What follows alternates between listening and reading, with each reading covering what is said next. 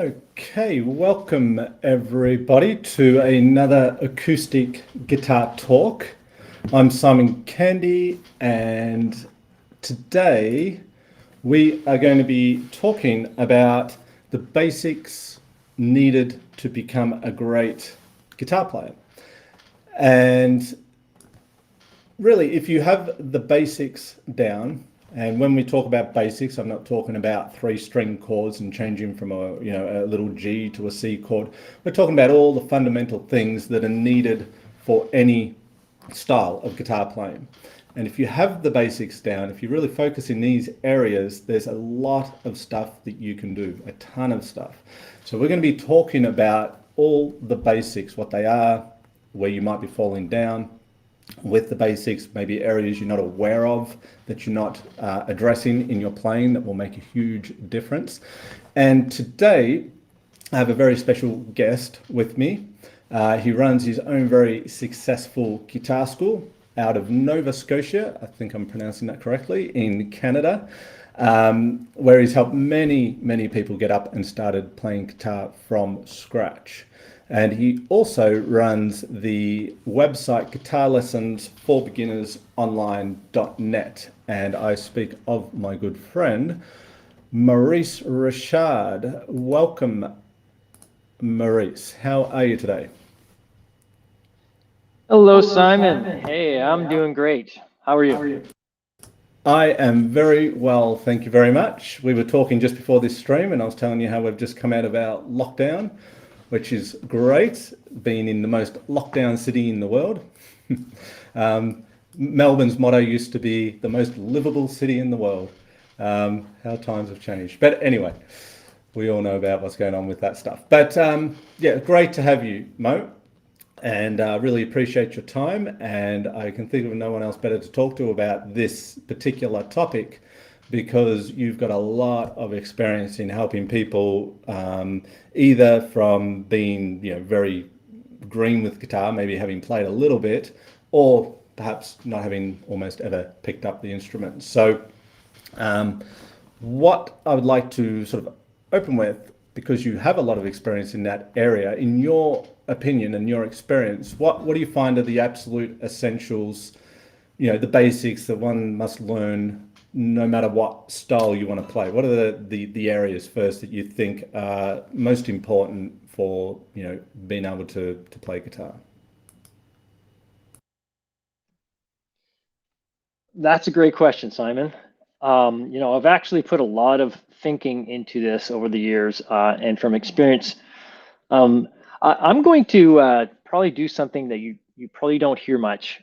People a lot of times will give you very specific things. You got to learn this scale or that thing or whatever. I'm going to focus in more on the broad, the basic principles that will work for anybody in any style. So it doesn't matter if you want to play, campfire songs, if you want to be able to finger pick, play fingerstyle, right? You want to play rock and roll, or if you want to shred. There's 3 main things that you have to develop to a really good level.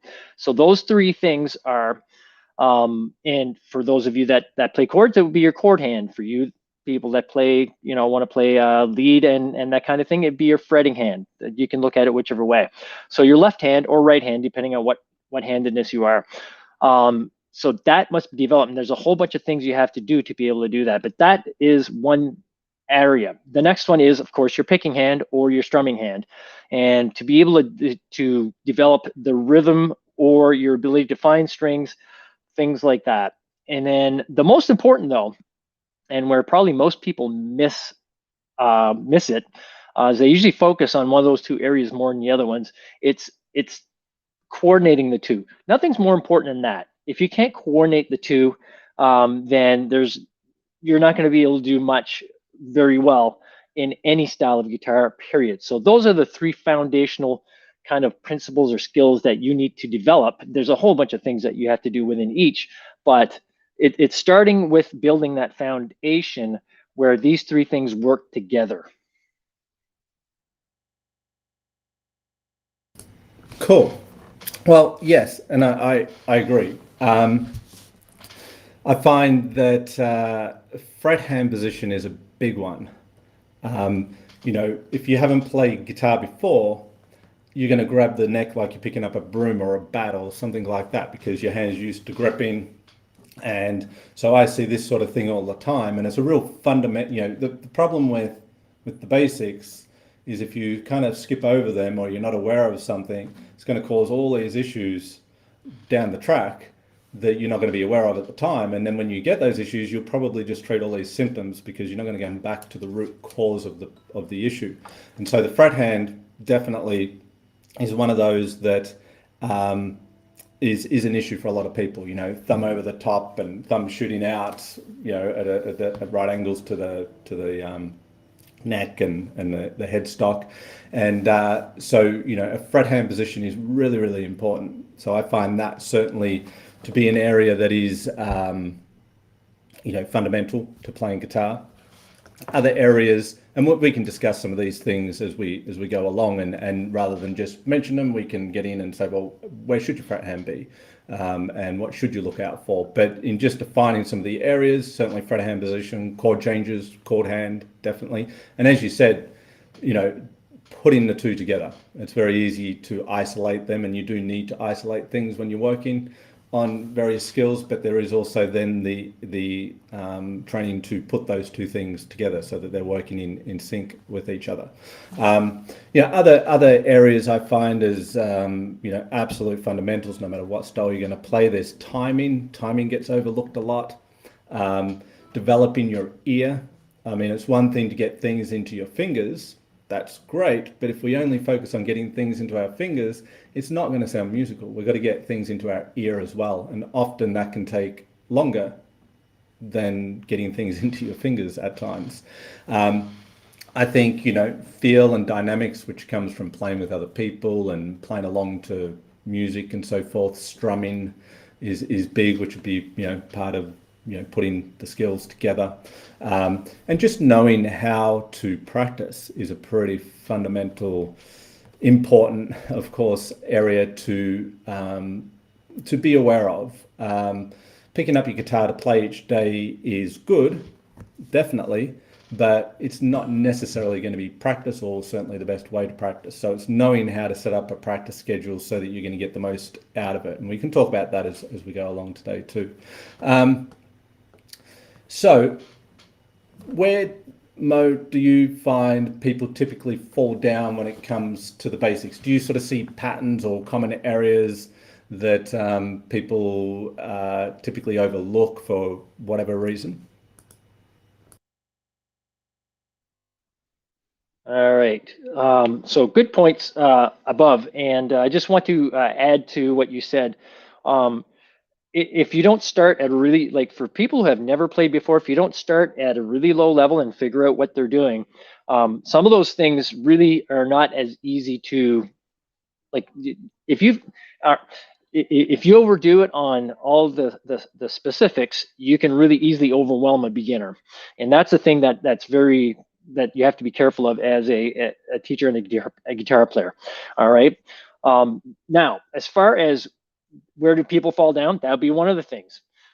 They focus on just too many specifics and try to do too many things perfectly. And at the end of the day, if we were all computers and we could program, you know, us humans as computers and just learn everything perfectly the first time, then we would probably have no problem being, you know, awesome guitar players.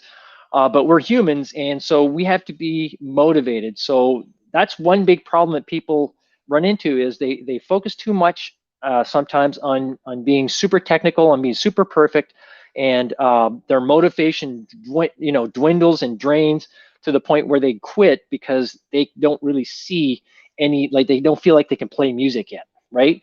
So that's one place where I see people fall down a lot, and I help a lot of people overcome that. And again, so some other things that you want to look at, most people tend to focus in on just one thing more than the others. And what I notice is most people focus on their chord hand more than they do the other aspects. So, and you mentioned a whole bunch of things, and what they do there is they they how can I put it?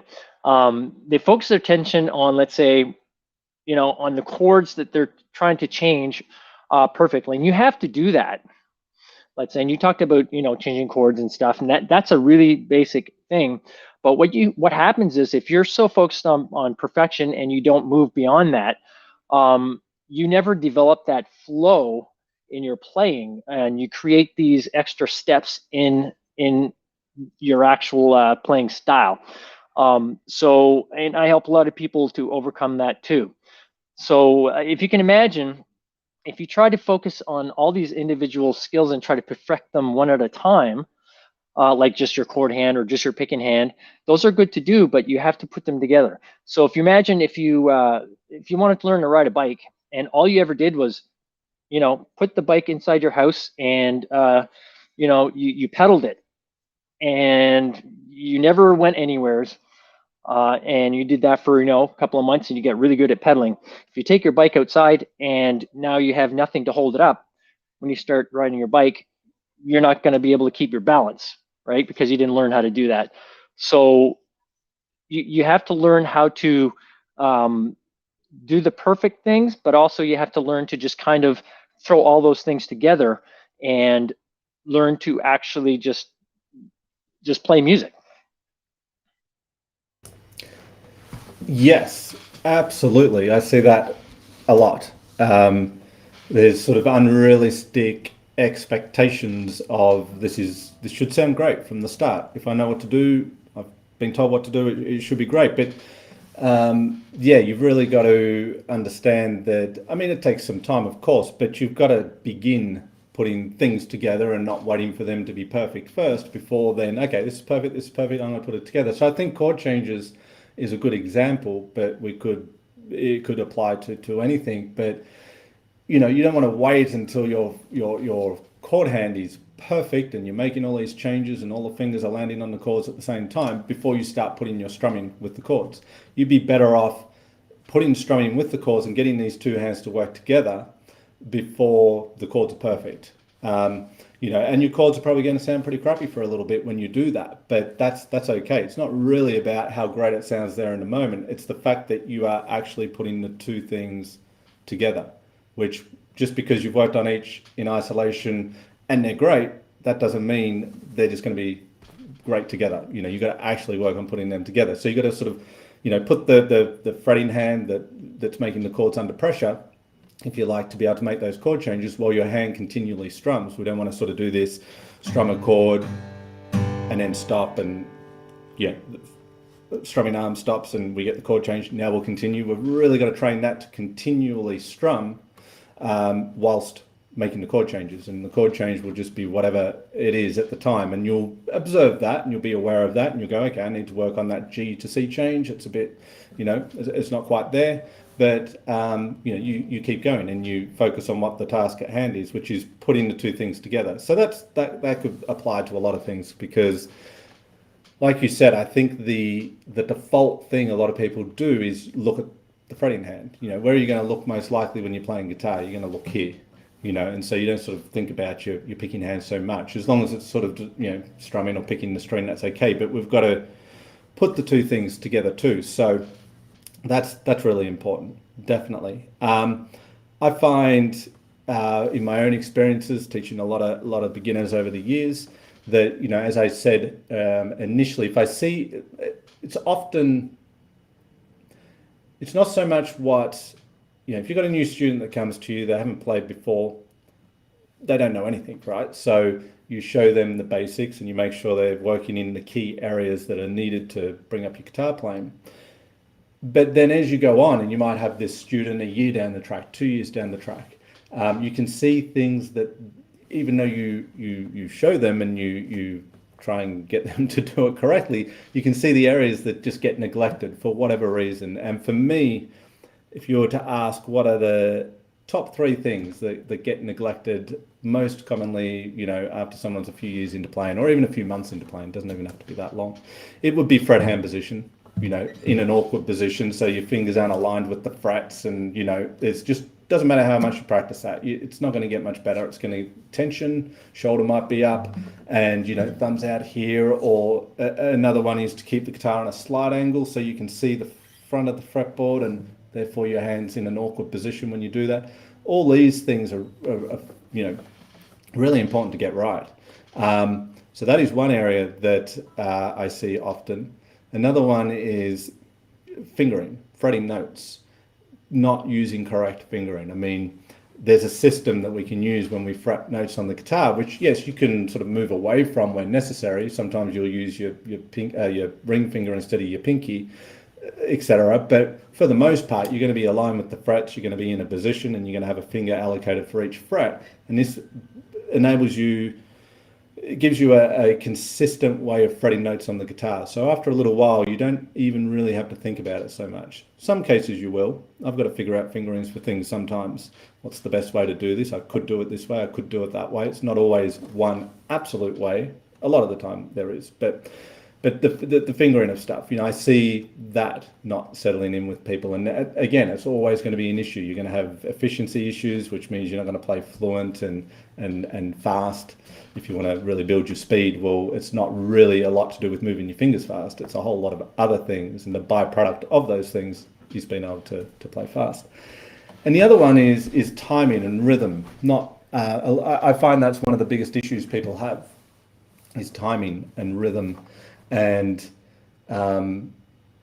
that's something that can get neglected quite a bit. It's like, okay, it's in my fingers, the timing will just happen. And that's not always going to be the case. Or perhaps it's not in the fingers, but I'll try and get the timing. And that doesn't work either, because, how do you put timing to something that's not in your fingers? So there's the importance of working with timing, and also working with it in isolation. Like, just if you can't tap or clap something, there's no way you're going to add a layer of difficulty to that and get it. Meaning, okay, here's the notes I've got to put to that rhythm.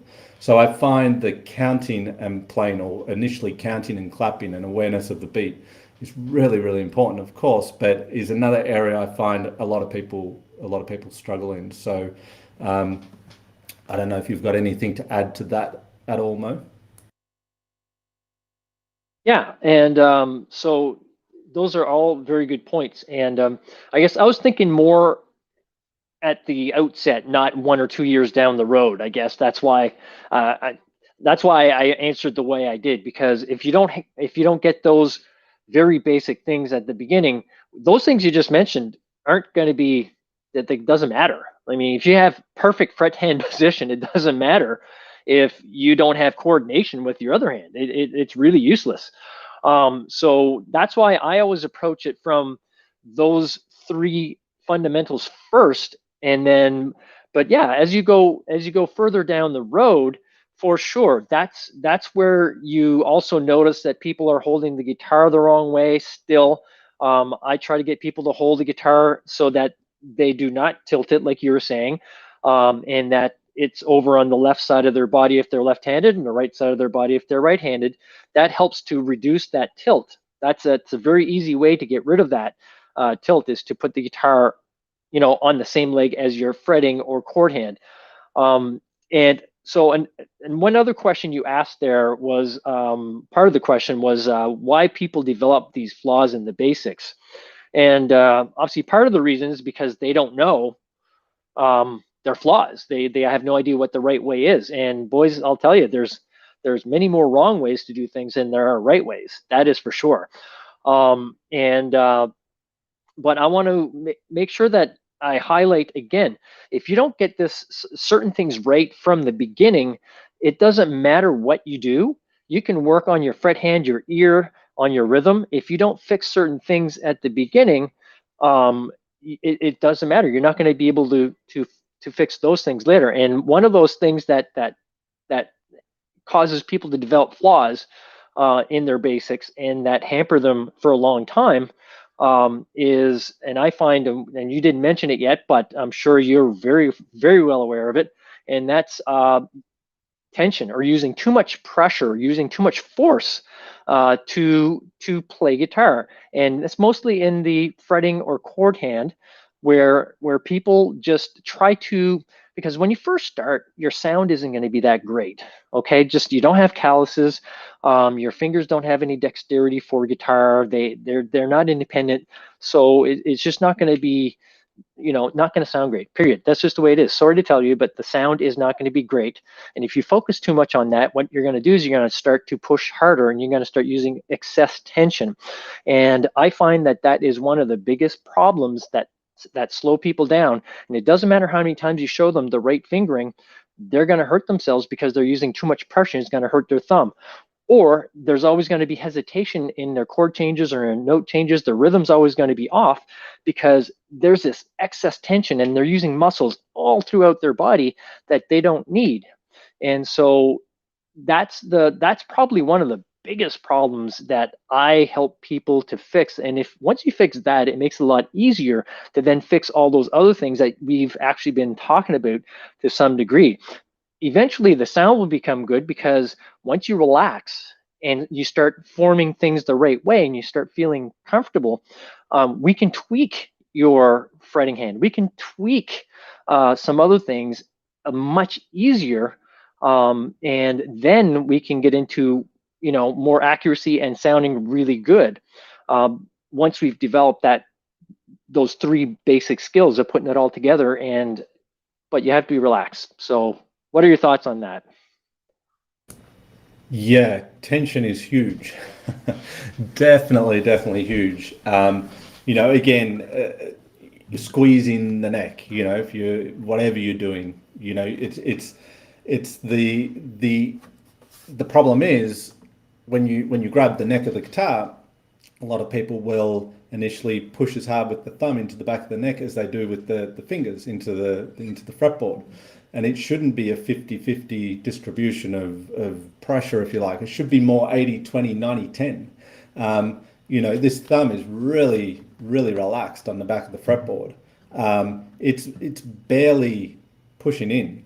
It's a little in, but it's more weighted down, and the shoulders just level. And if you squeeze there, tension, right up your arm. There's all this tension, your bicep, it's all,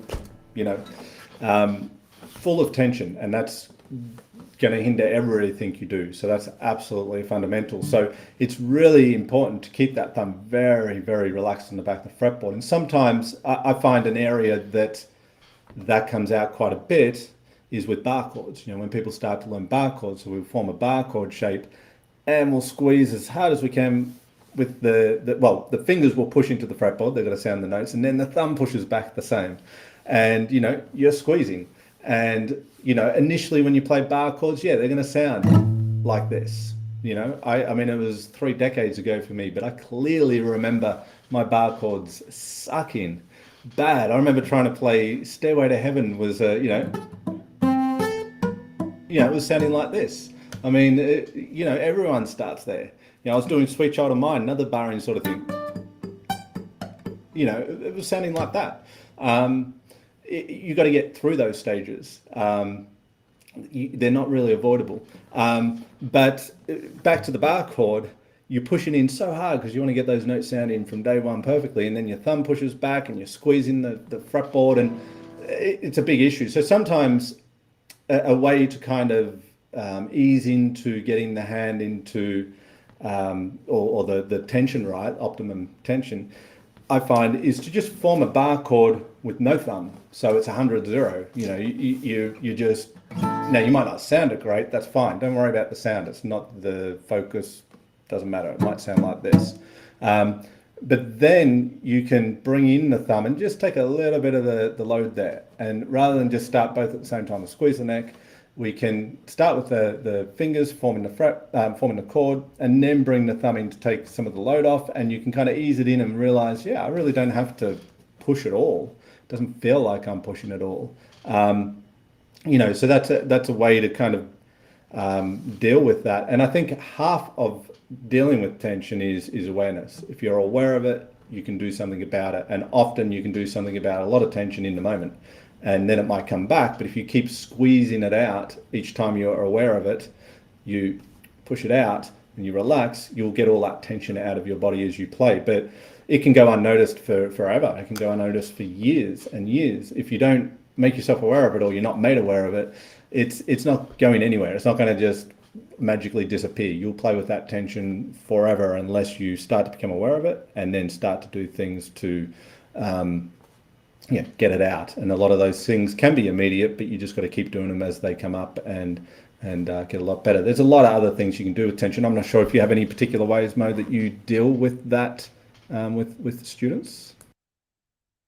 Well, you know what? Interesting that you asked that. I just wrote something down when you were talking, and I was going to ask you if I could mention this, but um, I do things. Yeah, I do things with my students. And here's I just want to say a story before I tell you what I do, because and it'll be in the story too. But I have a student that came to me a couple of years ago, and she had she had this pain in her thumb the whole time. I didn't know this for probably 6 months, and somehow it finally she mentioned it. Anyway, we died. I got it. It looked like a repetitive strain injury to me, and she was using way too much pressure. And I'd been working on her to try to release that. Anyway, she got it checked out, and sure enough, it was a repetitive strain injury. And so she didn't want to stop. She wanted to continue to learn, and so well, that was I gave her an option. I said if she wanted to continue to learn, we're going to heal the injury, but at the same time continue to help her to learn how to play. And she had not learned how to play bar chords yet. And this was so what I did is I got her to play everything from that point forward, even her regular chords, with absolutely zero pressure. Believe it or not, zero pressure. It took her 9 months to heal that injury before she could put some pressure and not feel the pain again and be confident that it wasn't going to come back. So that's been over a year and a half now since that happened. And so what I do with students that was extreme, it took 9 months, but it worked. And not only that, she became a much better player. When she started using pressure again, she was more accurate. She used a lot less tension. Her chord changes were way better because she was using minimal tension, and the hesitation that was there before, the squiggling and all that stuff. It was amazing how much she had improved, even though she was not able to play a single note with sound. And she was very disciplined. I mean, most people aren't. That's the problem. She was extremely disciplined. She was able to do that, and now she's like so much better player. So what I do with other people on a lesser extent is I do get them when they first learn a chord, especially bar chords, but any chord. I try to get students to just not use any pressure at all, because if you're not comfortable with no pressure, what's going to happen when you add pressure? This is one of the major uh, mistakes people make is they start using the wrong muscles. They're in the wrong position. It's not a comfortable position, and then they just push hard to make it sound good, and then they just keep reinforcing this really bad habit. So that's what I do. And as a matter of fact, I get people to change chords, to change bar chords. I get people to even finger pick without their left hand, whatever. And this works for both hands. So I get people to focus in on one hand without using the other, because as soon as you add another hand, more tension is automatically created. There's nothing you can do about it. So I isolate the hand and I get them to use no pressure. And then once they got it, I use something called chord push-ups. So once they're in the right position, it feels okay. I get them to push down, hold it for a second, let go. Push down, hold it, let go. And then maybe change to another chord. If it doesn't feel comfortable, just reset it, start over. So that's one thing I do that has been it works really well for the people that actually apply this and actually use it. Their chord changes and their playing become much better, much sooner. And the mistakes, the habits, and all the flaws, they really don't show up. That's awesome. That is great.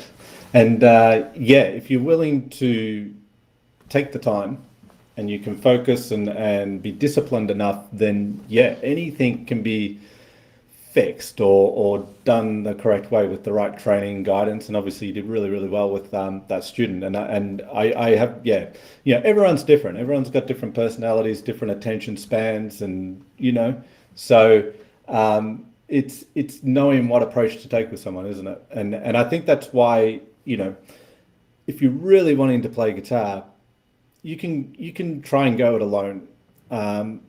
And some people do. I can typically, you can tell, I think, to a certain degree when someone's, well, yeah, you can tell sometimes to a large degree when someone's taught themselves. But even famous players that have taught themselves, you can kind of hear it sometimes. And teaching yourself is a little bit of a myth in a sense too. We won't go down that road perhaps so much, but you're always learning from somewhere. It's not like, oh, here's a guitar, I've never seen anyone play it, I'll just figure out what this thing is and try and do something with it. But I think my point is that getting the right training and guidance from someone who knows what they're doing is always going to be the quickest way to get where you want with your guitar playing. So it's definitely worth the investment of time to do that.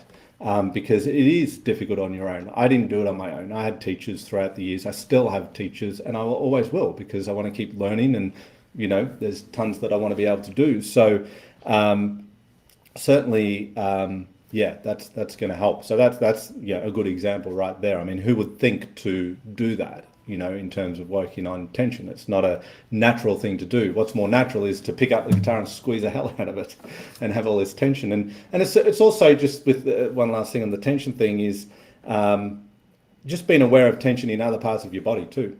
You might be not breathing regularly, holding your breath as you go and make that chord change, or curling your toes, or clenching your jaw, or it's not always it's not always directly in the muscles that are executing the skills, the technique. So that's it's just an overall awareness of nice and relaxed, and it's a fundamental thing. And I think as a player, you've always got to kind of keep a beginner's mind. We've been at events together in Chicago, training, and we do sessions on tension, because you can get that, that you're always finding little bits of tension throughout. So I don't think it's ever something that you go, right, no more tension, it's all good, don't need to think about it, I'm great. I think about it a lot. That's something I will focus on all the time when I'm working on something, the tension, because you might play something in one area that's nice and optimal with the tension you use, and then another area, all this tension. So it's not fix it in one area, one passage of music, now it's great. It's going to be something that you need to just keep directing your attention to. I think another area is playing with other people, jamming. There's that sort of thing of, well, I've got to get good first before I jam. Whereas really, you'll get good by jamming. And if you delay it, you're just delaying your progress. And I get it that it can be very intimidating, and you think of that and it's like, oh my God, I just do this for a hobby. That's fine. We're not talking about going out and performing and touring and so forth. We're talking about getting together with a friend and jamming, and having fun is really what you want to focus on, not, oh man, I sucked. I couldn't do this, that, and the other. You're going to make lots of mistakes. You want to get all those out of the way, and then you're going to continue to make mistakes. But what will happen there's so many benefits to jamming. It's just huge. And for me, when I started playing back in 1990, it was just fortunate that I had a neighbor who I still see today, grew up with, that played. He got me into playing guitar, and we would jam. It was on a Monday night. We'd jam. I had it started out with just both of us, and we'd jam and we'd have fun. It wasn't like, oh, I should jam because that's going to be a good thing to work on my skills. I just wanted to do it. I wanted to try and create music and have fun, and at the same time, I had lessons, and everything I was learning in the lessons, I was able to put into the jamming and put it into practice, put it into real life, like, make the mistakes, recover from the mistakes, all those things that just you can't work on. The only thing that perhaps you can do that's close to it is play along with recordings. And that's great too. That is really good because you get all the dynamics. You're playing along with professionals essentially, so you've got all those dynamics and things to be aware of and play to. So that's great, and that's good preparation. But nothing quite beats playing with live people in the room, and it's a lot of fun. It's not about being professional or wanting to be professional or pro. It's just about having fun and being able to put into practice what you play. And there's just so much you learn. So jamming is one of those things I find, yeah, it can be neglected, but it can also just be misconceived as something that you got to get really good at first before you jam. So not sure if you got any thoughts on that, Mo. I do actually. Boys, um, I you know I did it the hard way. Okay, I learned guitar the hard way. I really did. I didn't play with anybody else. I think I'd been playing 10 years, and then I was a re- I struggled to put things together. I mean, after 10 years, believe that or not, trying to teach myself, I mean, that was probably the biggest mistake I ever made. But then my wife, of all people, met some people, and she told them I play guitar. Next thing I know, I'm invited to their place to play with them. I was so nervous. I was like, oh man.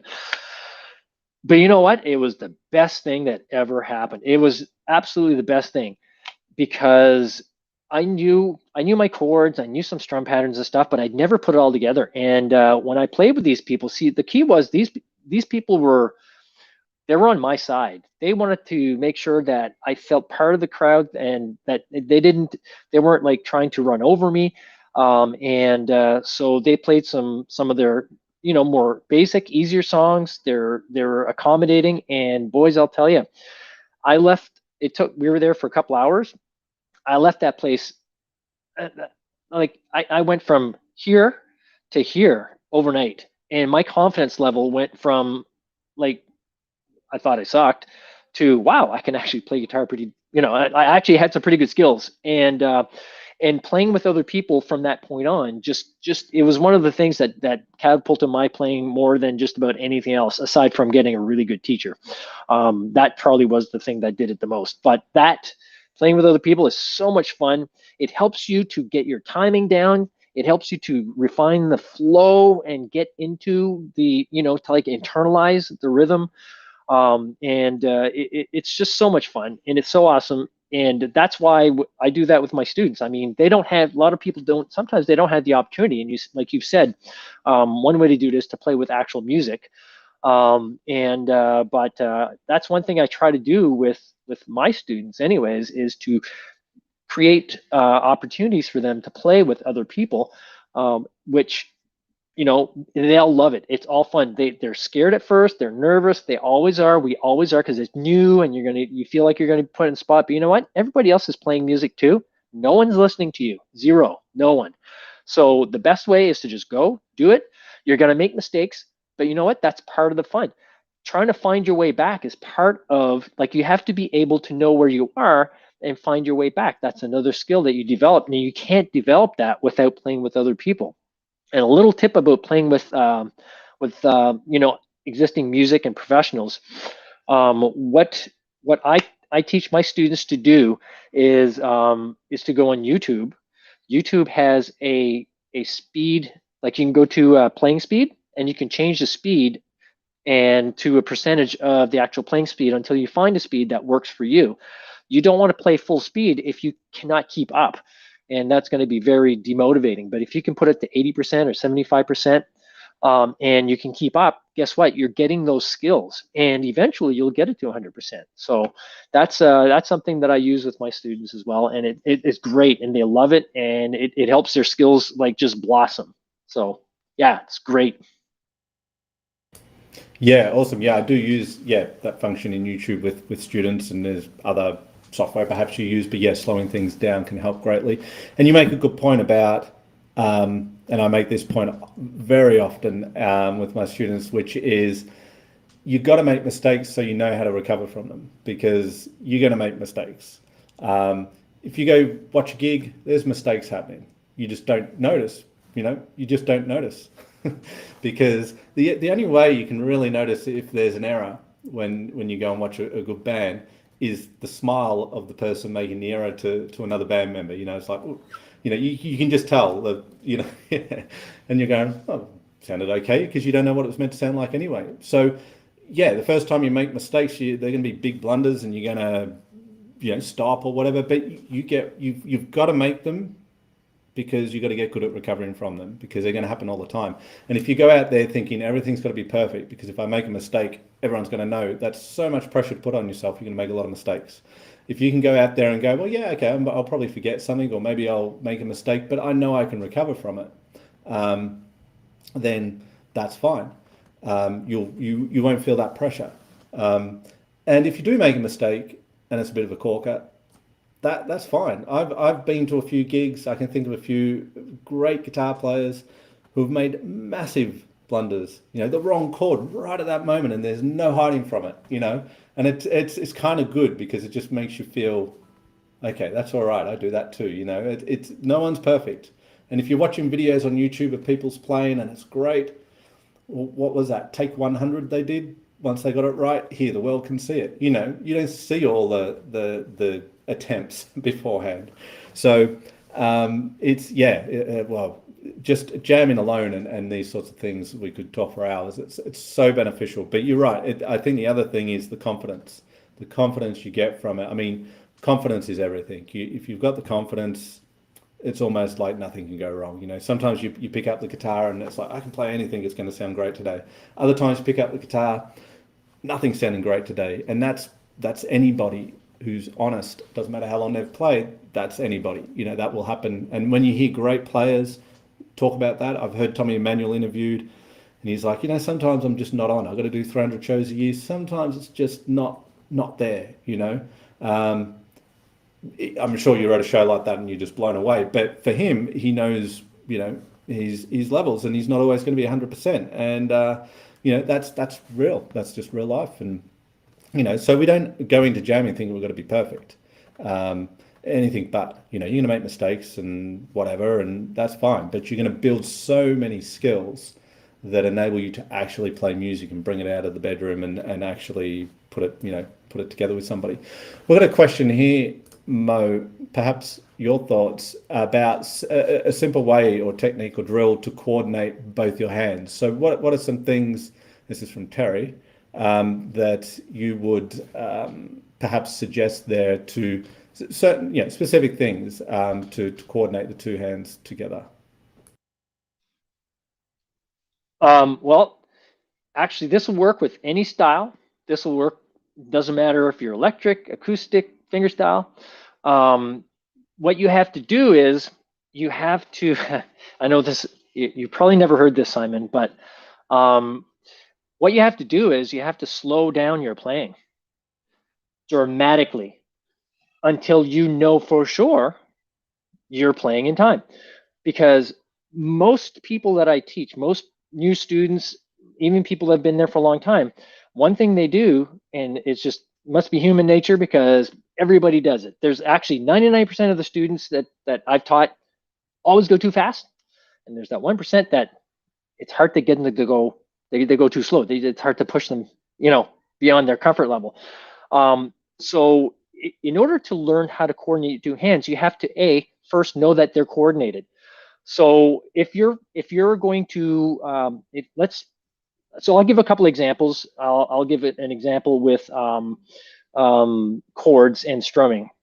So if you want to know if your two hands are coordinated with strumming and chords and changing them, you would start with very simple chords that you don't have to think about, and a simple strum pattern.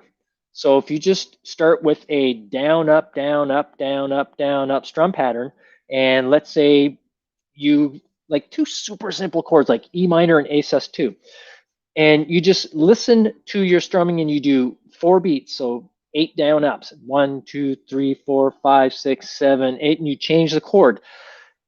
If you do that slow enough, you'll know if you did the final up strum before you change the chord, and you'll know if you landed the chord before you did the first down strum. If you're not sure, you're still going too fast, period. There's period. You have to be absolutely sure. And once you're absolutely sure, then what you do is, once you find that spot where you're absolutely sure your coordination is on time, then you start speeding it up a little bit. Now, another thing you can do to know if you're still in time as you're going faster, you could use a metronome if you're at, if your basics are already kind of in good shape. I wouldn't recommend it for a total beginner, because that's just one more thing to just throw them off. But that metronome is not going to help you if you don't know if you're on the beat or not. So what you want to do is record yourself. Record yourself while you're playing is another way to do this if you're a little more advanced. And you've confirmed that you can do whatever whatever the chords are that you want to do, and your strum pattern or whatever, or if it's lick or a riff, it's the same principle. If you figured out that you can do it in time at a really slow speed, in order to know if you're doing it at a higher speed, is you record yourself and you listen back to it. And if you have a metronome going or a click track or something, you can listen to it and hear it. And you may have to slow it down in order to know for sure, but those are the two kind of principles that I use depending on where you are on the skills ladder. And that works for finger picking, that works for, again, just lead playing, and it works for strumming. Okay. Do you have anything to add to that, Simon? Yeah, that's great. Yeah, coordinating the hands together, definitely. Just trying to find a pick here. Amongst all this mess. Okay.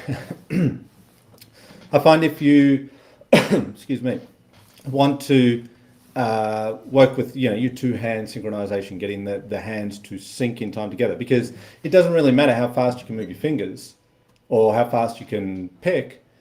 If they're not in time together, they're just two things happening fast at a time, and really, before you even touch an instrument, we can move our fingers quickly.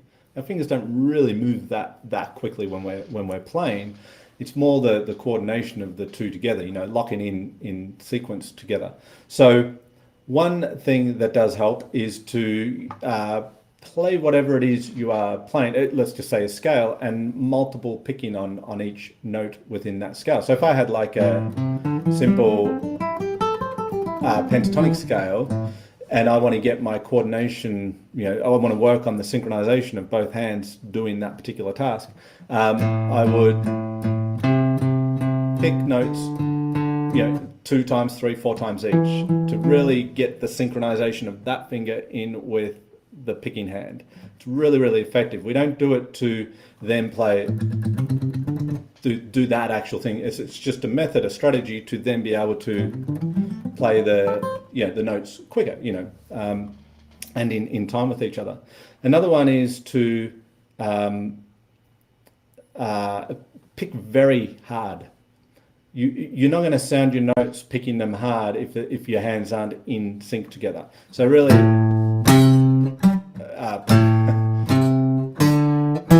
really picking the notes very, very loud. I won't do that too much. It's probably coming through really, really peaking there. But to really pick hard, if you're on an electric guitar, be unplugged and really attack the strings. It's not only going to help your dynamic range. If you've got a pretty narrow dynamic range, you want to expand that to be able to play really soft and really loud. But if you're playing really soft, your fingers won't need to be as in sync as they will when you're picking very hard. So picking things very, very with a lot of attack is going to help synchronize the hands together. So I'm just using the scale as a example there, but it could be anything. Often if I'm playing a riff and there's a particular finger I can feel is not quite in sync, sometimes maybe you're playing something and a lot of it's fine and there's a note here or there that's not quite, then I will isolate that note and I will multiple pick it within the context of the riff. So it's not going to sound like the riff because I'm going to stop on a note, pause on it and multiple pick it, but that's going to help kind of isolate that finger effectively and get it to sink in with my hand. And it's it's a big topic, the synchronizing the hands together, but it's more of a feeling than, you're not looking to see it. Is this really in sync? There's nothing you're really going to see there. It's you'll hear it, but it's a feeling too. The way your fingers feel. It's kind of like when you first try and play something and it's not quite connected. But as you practice it, if you practice it effectively, you can feel it kind of sinking in more and becoming smoother. And you make a really good point about playing slow. It's probably the number one thing, right? Everyone plays too fast. And typically I will say, when you think you're playing slow enough, halve it, and then you're playing slow enough, right? That's kind of the formula for most people. It's like, okay, you're playing slow enough, halve it, now you are. I probably don't even need to see where they're playing at. It's just do that, right? Because yes, you got to play really, really, really slowly at times, and enough for your brain to understand what your fingers are doing before you can then speed that up. So that's huge. Playing nice and slow. Um, so there are a couple of things, yeah, that can help with the synchronization and timing and putting together of the picking and fretting hands. And I think, what about practice? We've talked about a lot of things that you should be doing and areas to work on, but how would you best, I mean, that's a lot of stuff. How do you typically get your students to practice? What are your thoughts in terms of creating something, a schedule, to be able to then make sure these areas get covered? That's a good question. And boys, that, you know, I could create the perfect schedule, but we have to teach the individual. So at the end of the day, what I do is I have to know the person in front of me. But here's the thing: the main thing here about practicing is we've said a lot of things tonight, right? And you could try to practice them all. The important thing is that you have to write down the things that you're working on. So you have to write down the things that you're trying to achieve. So if you feel like you're using too much attention, write that down and make sure that you target that during your practice. And so that's probably the most important thing is I don't tell them exactly what to do. I get them to make their own practice schedule, but I tell them the things that they need to focus on based on where I see them, where they're at. And so, but certain things that are always in there is definitely tension. I mean, that's always in there. Make sure they slow down and they work on coordinating. Um, and also on having fun. I find that again, learning guitar is more about being motivated than it is about. I mean, it's about learning skills, but if you're not motivated, if you're not enjoying the process, you're not going to continue doing it. I mean, that's why a lot of people don't go to the gym, and they go to the gym, they stop because the process isn't necessarily exactly fun. And so you have to have those fun elements. And one thing I try to get my students to do is I get them to warm up with something that, so depending on their type of personality, some of them they need to start with something familiar and fun, just so that they can be motivated to start. The main thing is to just start. So, and then I get them to practice something that is challenging, something they want to get better at, something that a skill that they need to work on. Then they can reward themselves with something else. Maybe a riff or a lick or something that they enjoy, or whatever, and then work on something else, another area that they need to work on. And so, most people don't have an hour a night to practice. So if they can get, 20, 30 minutes in, or even if they get 15, if they can just at least work on one challenging thing in that block and focus some attention on it, um, and at least finish with some fun. The main thing about practicing is a habit. Is to do it all the time. The more you do it, the more consistent you are, the better.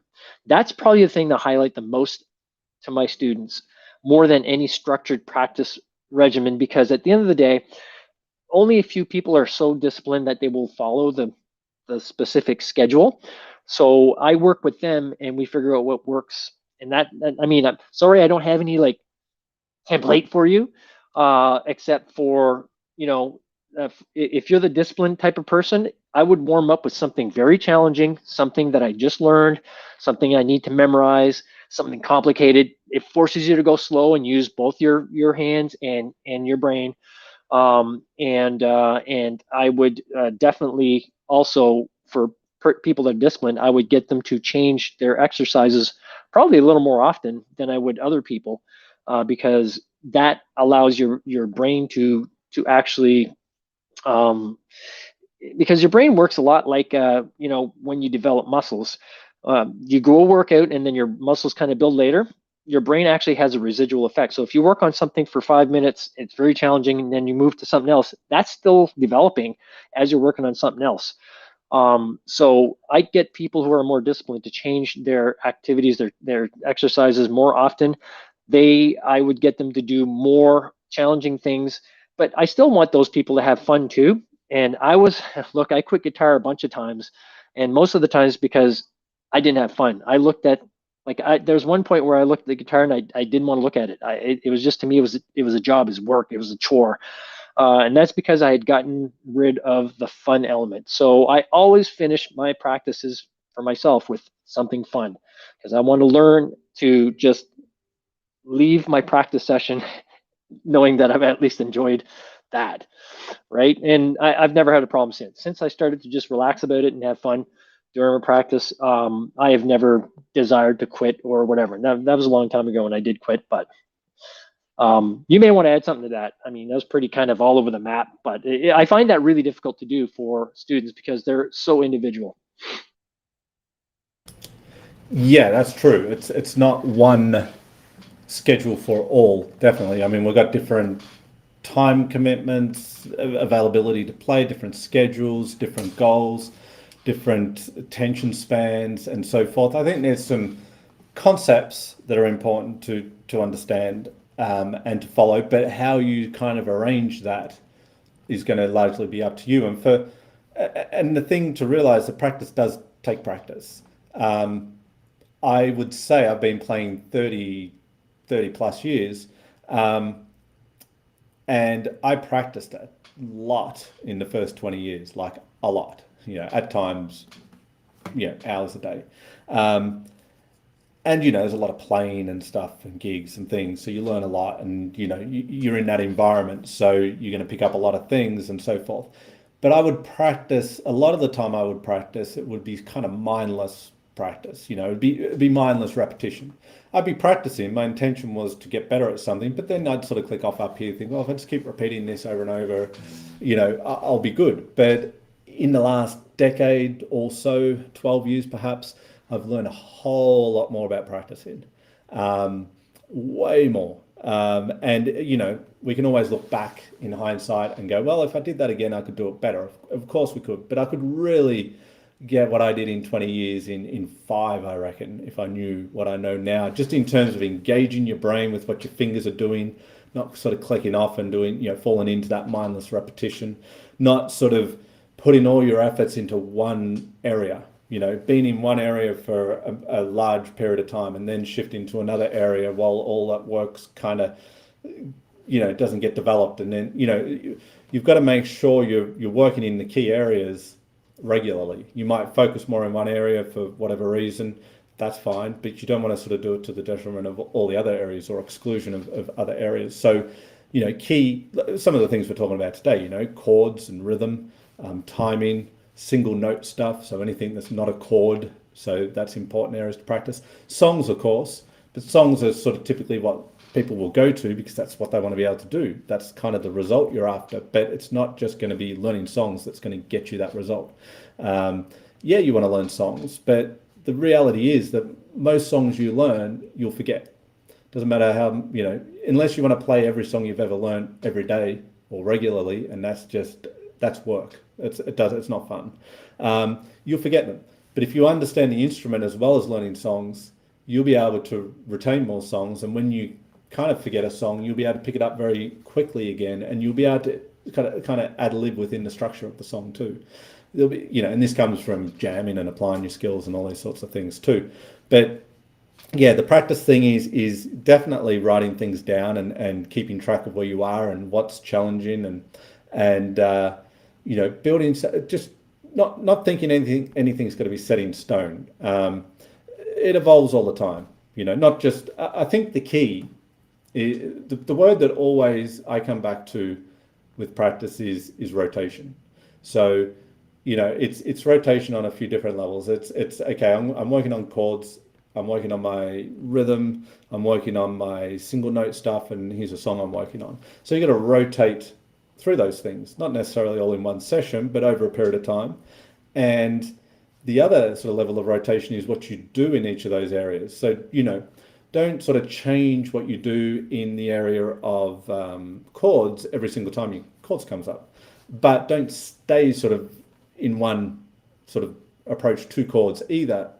As you go along, it's rotation on a number of different levels, but there's structure to it. And I think if you have things organized like that, and you have something that's working for you,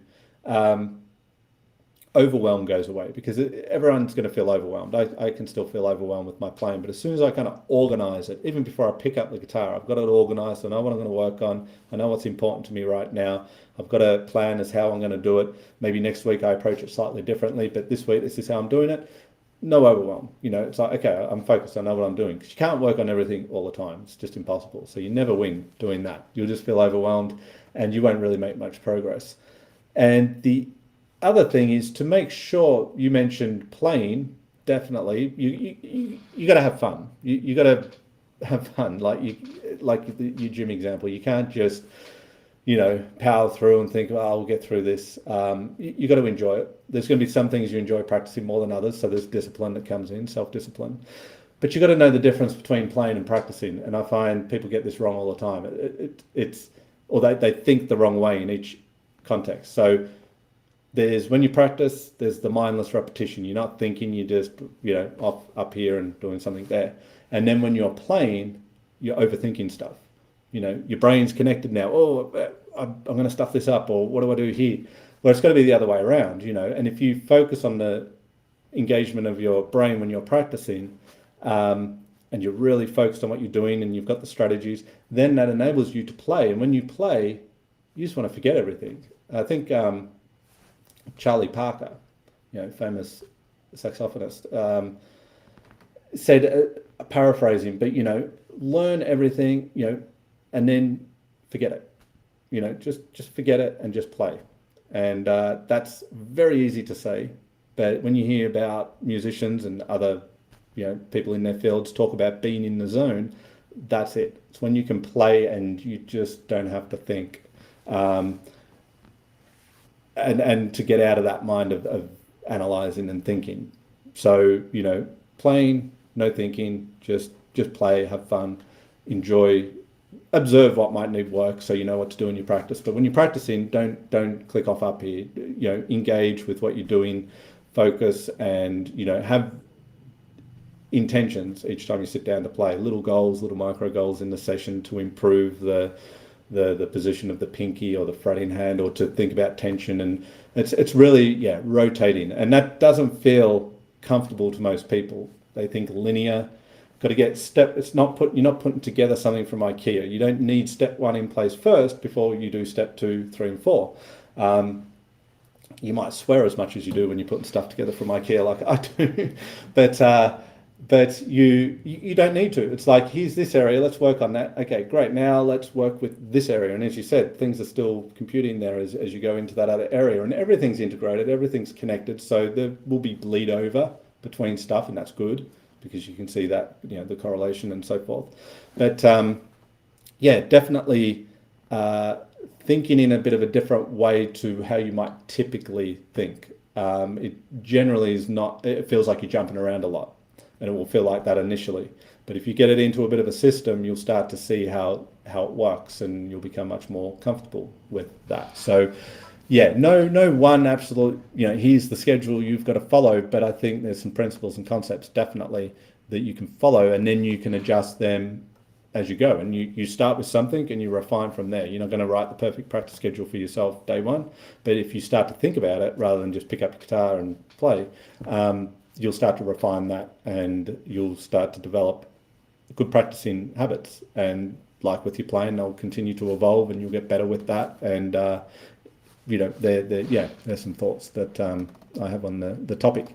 So Mo, I believe that you have something here from your, because you've got your website, Guitar Lessons for Beginners Online.net. You've got something here that people can grab today? Yeah.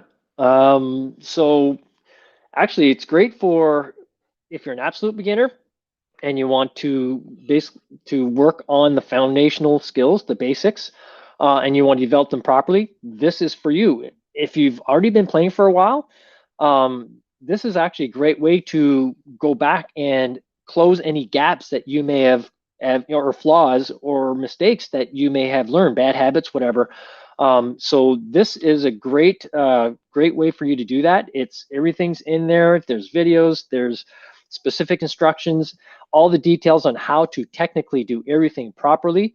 And it's easy to follow. It's a lot of fun. I've used it with my students offline, obviously online, and it's been a great success. And it's been used all over the world. So yeah, go for it.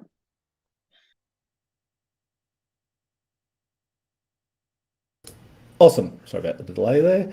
That's great. That looks fantastic. I've got something here too. If people are interested in open tunings, now the typical thought with tuning your strings to a different tuning, it's like it's all going to be different, and I'm going to be starting all over again, and so people tend to avoid anything but standard tuning because it's like just a new instrument, and man, I'm having a hard enough time trying to play my guitar in standard tuning, let alone an open tuning. And this is how I thought for many years, until I decided, okay, let me explore some open tunings here.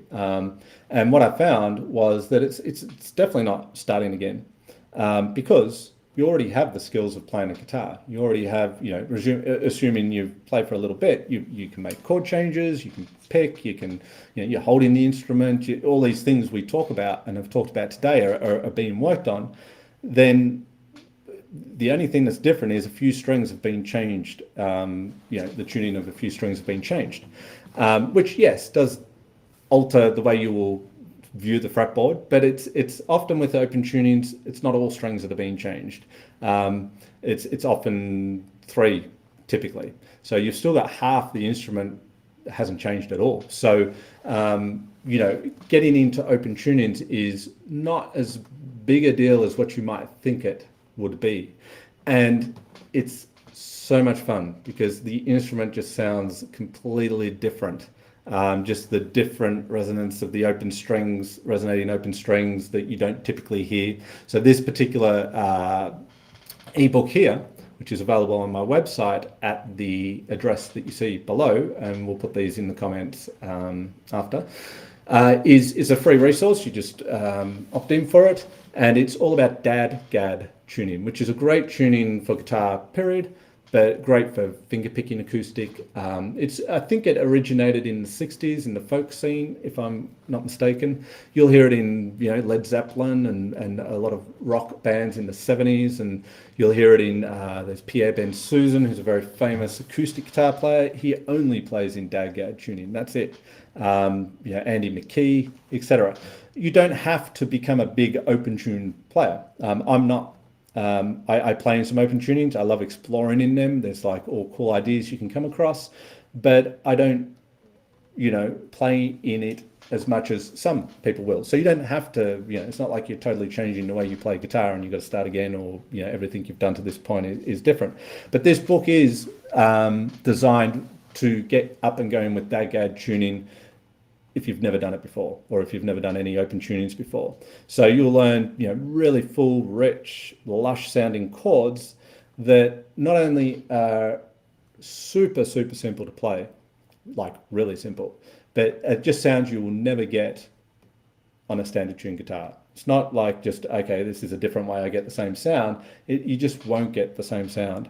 So, that's the point of being in the open tunings. So there'll be a lot of things to get you started with the chords and the single notes with the open tunings on guitar.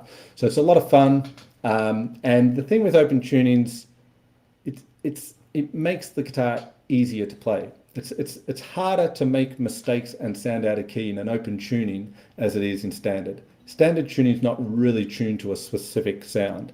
Whereas when you alter certain strings, you're tuning to a particular chord or a particular sound. So just strumming the open strings will be a chord. Bar chords can be played much easier. It sets you up for success, if you like.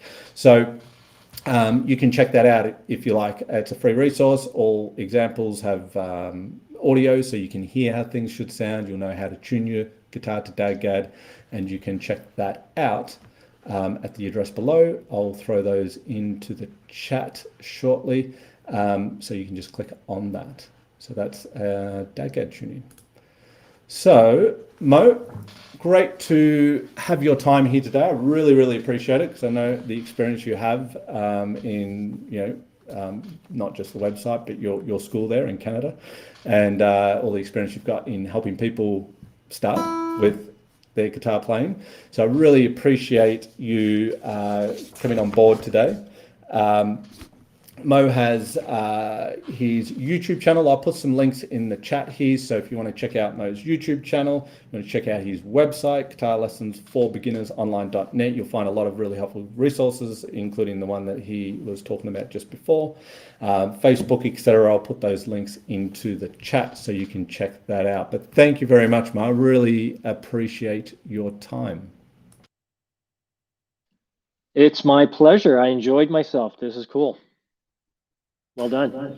Awesome. That is great. So thank you, Mo. Enjoy your night ahead. I think it's night time for you, isn't it? And for once, it's not a ungodly hour here down under. And thank you to everybody who's been here and checked out the chat. I hope you found it useful. It will be on my Acoustic Guitar Lessons YouTube channel, the replays. So if you want to check it out again or you missed parts of it, it should be up there pretty shortly. And you can check it out there. But thank you, everybody, for showing up. And I hope you have a great day, great night, great afternoon, whatever it is for you. And thanks again, Mo. And we'll see you very shortly for another Acoustic Guitar Talk. Cheers.